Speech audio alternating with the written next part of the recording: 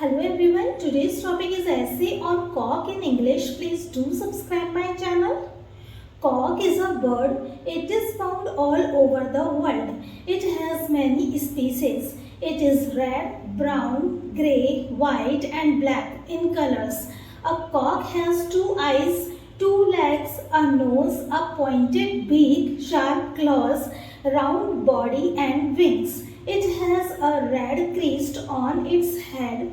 It can fly with the help of its wings, but it flies less and walks and runs more. Its size is big. It eats grains, wheat, barley, maize, fruits, vegetables, seeds, insects, meat, etc. Cock is a domestic bird. It lives in a group. The hen lays eggs. So, some people raise cocks and hens. This is a means of livelihood for the people.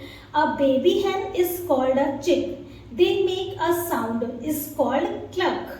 A male is called cock and a female is called hen. People eat their eggs and meat. They are very useful for us. The lifespan of a cock is about 10 to 15 years.